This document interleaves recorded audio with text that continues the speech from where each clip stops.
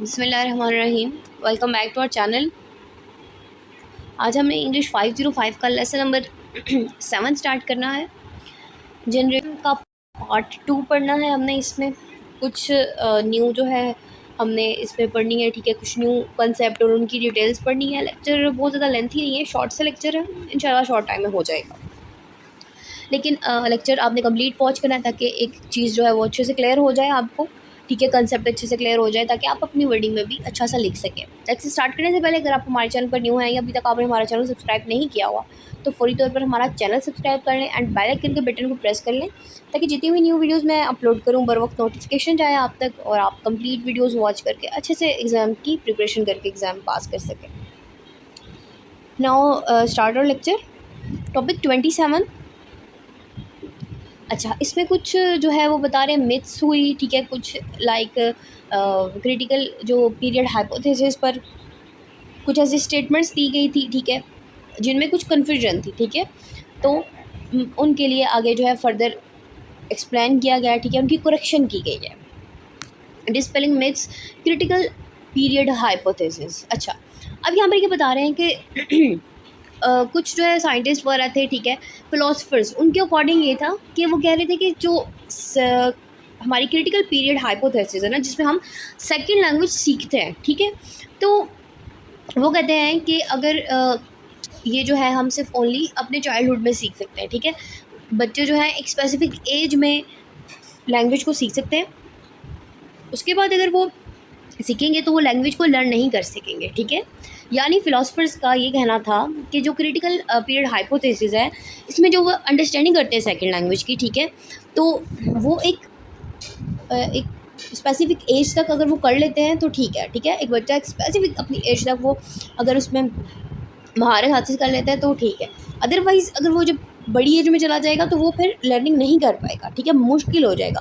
लेकिन अब जो यहाँ पर ये बताया गया कि जो सेकंड लैंग्वेज एक्विजिशन है वो इन चाइल्डहुड या एडल्टहुड दोनों में हो सकती है, ठीक है। तो ये जो CPH के मॉडल में कुछ मिथ्स थी, ठीक है, जो मिसअंडरस्टैंडिंग थी, उसको जो है वो फिर जस्टिफाई किया गया, ठीक है। उसे मज़ीद जो है वो बेटर करके बताया गया कि लैंग्वेज जो है SLA जो सेकंड लैंग्वेज एक्विजिशन है वो सिर्फ बच्चे ही नहीं बड़े भी सीख सकते हैं। लेकिन अब क्या होगा कि इसमें उनकी फ़र्स्ट लैंग्वेज एक्विजिशन भी वर्कआउट करेगी, ठीक है। और कुछ डिफरेंट जो है वो आर्ग्यूमेंट्स हो गए, लाइक जो तरीक़ेकार होगा ना वो डिफरेंट हो सकता है।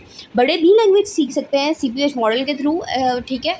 लेकिन क्या है कि कुछ जो तजुर्बेकार है, जो तरीक़ेकार है, वो अब डिफरेंट होगा बड़ों के लिए, ठीक है। कुछ बताए गए हैं यहाँ पर स्टेरन के according arguments for better understanding कि प्रैक्टिस करेंगे, जितना आप रिपीट करेंगे, ठीक है, तो उतनी ही लैंग्वेज अच्छी होती जाएगी आपकी, ठीक है। उसके अलावा ये बता रहे हैं कि लैंग्वेज लर्निंग जो है वो इमिटेशन से ज़्यादा बेटर होती है। लाइक किसी को सुन के जो है वो बोलना, कॉपी करना किसी को, इमिटेशन मीन्स कॉपी करना।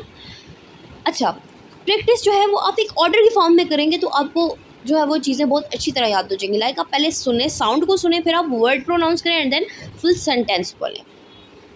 उसके अलावा ये बता रहे हैं कि आप जो है सबसे पहले आप बोलने से पहले अंडरस्टैंडिंग करें, ठीक है, कि आप बोलना क्या चाह रहे हैं, आप बोलेंगे क्या, ठीक है। आपको अंडरस्टैंडिंग होनी चाहिए बिफोर स्पीकिंग कि आप बोल क्या रहे हैं। इसके अलावा जो नेचुरल लर्निंग ऑर्डर है, ठीक है, 4 स्किल्स का वो भी यूज़ करना बहुत ज़रूरी है। जो हमारे ये है कि सबसे पहले आप सुनते हैं, ठीक है, तो उसके बाद आप बोलते हैं, ठीक है, फिर लिखना, ये रीड करना, फिर लिखना, ठीक है। तो इस तरह की सारी चीज़ें जो वो बता रहे हैं। लर्निंग विदाउट ट्रांसलेशन बगैर ट्रांसलेशन के भी आप लर्निंग कर सकते हैं, ठीक है। और grammar teaching without grammar teaching भी आप जो है वो लर्न कर सकते हैं। जैसे कि आप देखें, जो आपकी फ़र्स्ट लैंग्वेज होती है, ठीक है, तो आप एक बच्चा बहुत छोटा होता है तो उसको ग्रामर जो है वो नहीं सिखाई जाती ना, ग्रामर तो नहीं सिखाई जाती है एक बच्चे को कि ग्रामर क्या है, ठीक है। तो वो टाइम के साथ बच्चा खुद ही उस चीज़ को सीखता है। तो ये था इसमें, ठीक है, ये टॉपिक में ये बताया गया है। आगे टॉपिक 28 है। इसमें हमारे पास UG है, यूनिवर्सल ग्रामर का इंट्रोडक्शन। यूनिवर्सल ग्रामर को चॉम्स्की ने जो है वो डिफ़ाइन किया। अकॉर्डिंग टू चॉम्स्की ये है set of principles, conditions and rules that are element और properties of all human languages, कि ऐसे असूल हैं, कंडीशंस हैं, ठीक है, प्रिंसिपल्स हैं, ठीक है, जो एलिमेंट्स भी हैं और प्रॉपर्टीज़ भी हो सकती हैं तमाम ह्यूमन लैंग्वेजेस की। यूनिवर्सल ग्रामर को यूजुअली डिफाइन इस तरह से किया गया है कि ये सिस्टम है कैटेगरीज़ का, मैकेनिज़म्स का, ठीक है, और ऐसे कॉन्स्ट्रेंट्स जिन्हें ह्यूमन लैंग्वेजेस के थ्रू शेयर किया जाता है। अच्छा, अब मज़ीद उसमें इंक्लूड क्या किया गया, ठीक है, कि फॉर्मल यूनिवर्सल्स और substantive universals, these are generally thought to include, इसमें क्या चीज़ें इंक्लूड की गई, फॉर्मल यूनिवर्सल्स को भी और सब्सटेंटिव यूनिवर्सल को भी। फॉर्मल यूनिवर्सल्स में क्या है कि एक लैंग्वेज के असूल आ जाते हैं, ठीक है, प्रिंसिपल्स आ जाते हैं और पैरामीटर्स, लैंग्वेज को बोलने का तरीक़ाकार आ जाता है, ठीक है, उन ज़ुबानों का फ़र्क आ जाता है, ठीक है। सब्सटेंटिव यूनिवर्सल्स में क्या है कि लेक्सिकल कैटेगरीज, फीचर्स जो ज़ुबान की डिफरेंट हम कह रहे हैं कि खसूसियात होती हैं, पहलू होते हैं, ठीक है, वो आ जाते हैं इसमें। अब यहाँ पर यूनिवर्सल ग्रामर को सपोर्ट करने के लिए कुछ जो है वो कंपोनेंट्स बताए गए हैं। यूनिवर्सलिटी, कन्वर्जेंस आ गई है, ठीक है, no negative evidence, child easy acquisition. तो ये कुछ नेम्स आपने याद रख लेने हैं, ठीक है, कि जो चीज़ें यूजी को जो है वो सपोर्ट करती हैं उनमें क्या क्या चीज़ें, 4 से 5 नाम आप याद रख लें, ठीक है। न्यूरोलॉजिकल सेपरेशन आ गई है, ठीक है, लैंग्वेज और कॉग्निशन के दरमियान जो है डिसोसिएशन आ गई है, तो ये आप 4 से 5 नाम याद रख लें, that's enough. Topic 29 is principle and parameters. अब प्रिंसिपल और पैरामीटर्स जो हैं वो की कंपोनेंट है यूनिवर्सल ग्रामर के, ठीक है। नेक्स्ट हाईलाइट हमने जो लाइन की है वो दिखे कि component of principle and parameters explains that principle are universal. अब यहाँ पर ये बता रहे हैं कि जो कंसेप्ट है प्रिंसिपल और पैरामीटर्स का, ये एक्सप्लेन करता है कि प्रिंसिपल यूनिवर्सल होते हैं, ठीक है। लाइक एग्जांपल के तौर पर बता रहे हैं कि इन्हें आप तमाम ह्यूमन लैंग्वेजेस पर प्रिंसिपल्स को अप्लाई कर सकते हैं। जो असूल होते हैं ज़ुबानों के, आप इन्हें बहुत सी, या फिर आप कह रहे हैं कि तमाम जो ह्यूमन लैंग्वेजेस हैं उन पर अप्लाई कर सकते हैं। लेकिन पैरामीटर्स जो होते हैं, ज़ुबानों का फ़र्क होगा, ठीक है, ज़ुबानों में जो आप डिफरेंस देखते हैं, ठीक है, तो ये वेरी करता है एक लैंग्वेज से दूसरी लैंग्वेज में। पैरामीटर्स जो हैं वेरिड होते हैं नेचर में, ठीक है। उसके अलावा मज़ीद यहाँ पर ये बताया गया है कि इसमें कंटेंट की चीज़ों को करता है ये प्रोड्रॉप पैरामीटर, यानी कि सब्जेक्ट प्रोनाउंस जो हैं वो कई दफ़ा ड्रॉप होते हैं लैंग्वेज में और कई दफ़ा नहीं भी होता है, ठीक है। कुछ ऐसे वर्ड्स होते हैं जो लाजम होता है लैंग्वेज में बोलना, ठीक है, आप एक ज़ुबान में वो लैंग्वेज मस्ट उस लफ्ज़ को जो है वो यूज़ करते हैं, आप छोड़ते नहीं हैं उस वर्ड को, ठीक है। बाइनरी पैरामीटर्स आ जाते हैं आगे, ठीक है, जिसमें आप हाँ ना का इस्तेमाल बताते हैं, ठीक है। Head initial parameter, head final parameter, ठीक है, स्टार्टिंग एंडिंग पॉइंट्स जो हो जाते हैं वो, एंड गवर्निंग पैरामीटर्स, ठीक है। तो आपने याद रखना है प्रिंसिपल और पैरामीटर्स, ठीक है, इनमें फ़र्क क्या है। आगे पैरामीटर्स कि जो है वो कुछ कंपोनेंट्स यहाँ पर बताए गए कि किन किन चीज़ों से पर कंटेन करता है ये, ठीक है। तो ये कुछ कंपोनेंट्स आपने साथ लिखने हैं, ठीक है।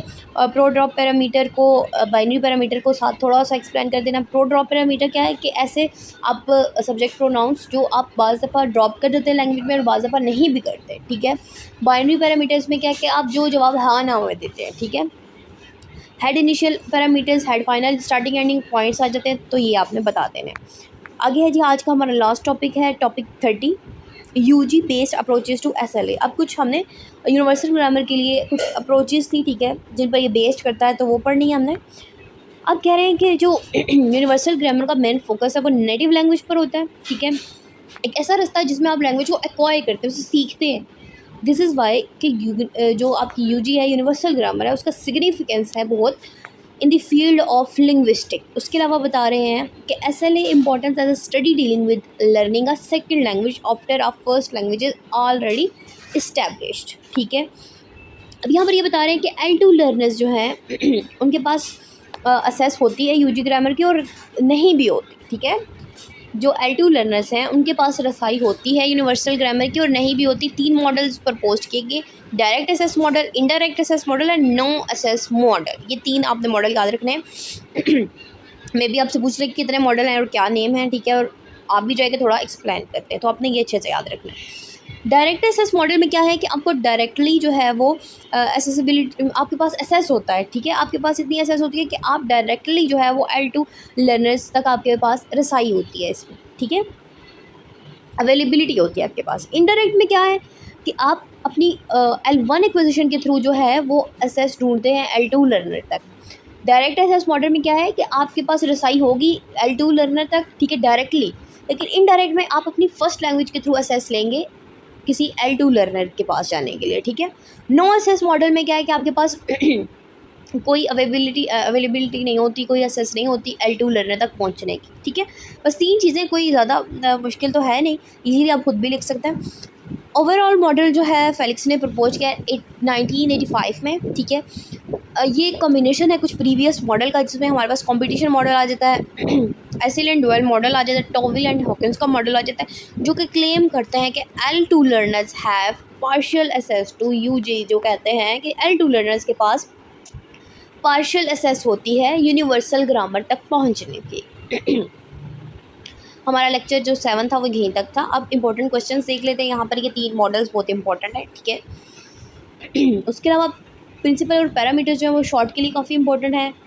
यूनिवर्सल ग्रामर की डेफिनेशन आ सकती है, ठीक है। और यहाँ पर बहुत इंपॉर्टेंट है, ये जो स्टूडेंट ने हमारे पास कुछ आर्ग्यूमेंट दिए हैं बेटर अंडरस्टैंडिंग के, तो ये भी पूछ सकता है आपके पास, ठीक है। ये भी पूछ सकते हैं कि क्या मिथ्स थे, ठीक है, और मज़ीद उनकी बेटर अंडरस्टैंडिंग के लिए जो है वो क्या पॉइंट्स बताए, तो आप ये लिख सकते हैं, कुछ भी मुश्किल नहीं है। आई होप के लेक्चर से समझ आया होगा। लेक्चर थोड़ा सा अगर लॉन्ग हो भी जाता है तो कंप्लीट सुना करें, ज़्यादा से ज़्यादा होगा तो 10 मिनट या फिर इससे कुछ ज़्यादा मिनट्स का हो जाएगा, 12, 13 एंड 15 मिनट्स तक का भी हो सकता है। आप लेक्चर कंप्लीट सुना करें ताकि कंसेप्ट अच्छे से क्लियर हो जाए। जो चीज़ समझ नहीं आ रही अगेन प्ले करके देखें आप, ठीक है। और अगर फिर भी कुछ समझ नहीं आता तो आप कमेंट बॉक्स में पूछ सकते हैं, अदरवाइज़ आप जो डायरेक्ट कॉन्टैक्ट हमारे साथ कर सकते हैं, ठीक है। चैनल के डिस्क्रिप्शन में व्हाट्सएप नंबर और स्टडी ग्रुप दोनों मौजूद है, ठीक है। लिंक है, आप डायरेक्ट ज्वाइन करें, वहाँ पे क्वेश्चन कर सकते हैं। बाकी लेक्चर अगर हेल्पफुल है, आपको समझ आ रहे हैं, ठीक है, एंजॉय कर रहे हैं आप, तो अपने क्लास फेलोज़ के साथ, ठीक है, फ्रेंड्स के साथ लाजमी शेयर किया करें। आपके जो स्टडी ग्रुप्स हैं वहाँ पे भी लाजमी शेयर किया करें ताकि बाकी स्टूडेंट की भी हेल्प हो सके। इसी तरह सपोर्ट करते रहें, चैनल सब्सक्राइब करके रखें। मिलते हैं नेक्स्ट लेक्चर में, लेक्चर 8 में। तब तक के लिए दुआ में याद रखिएगा। अल्लाह हाफिज़।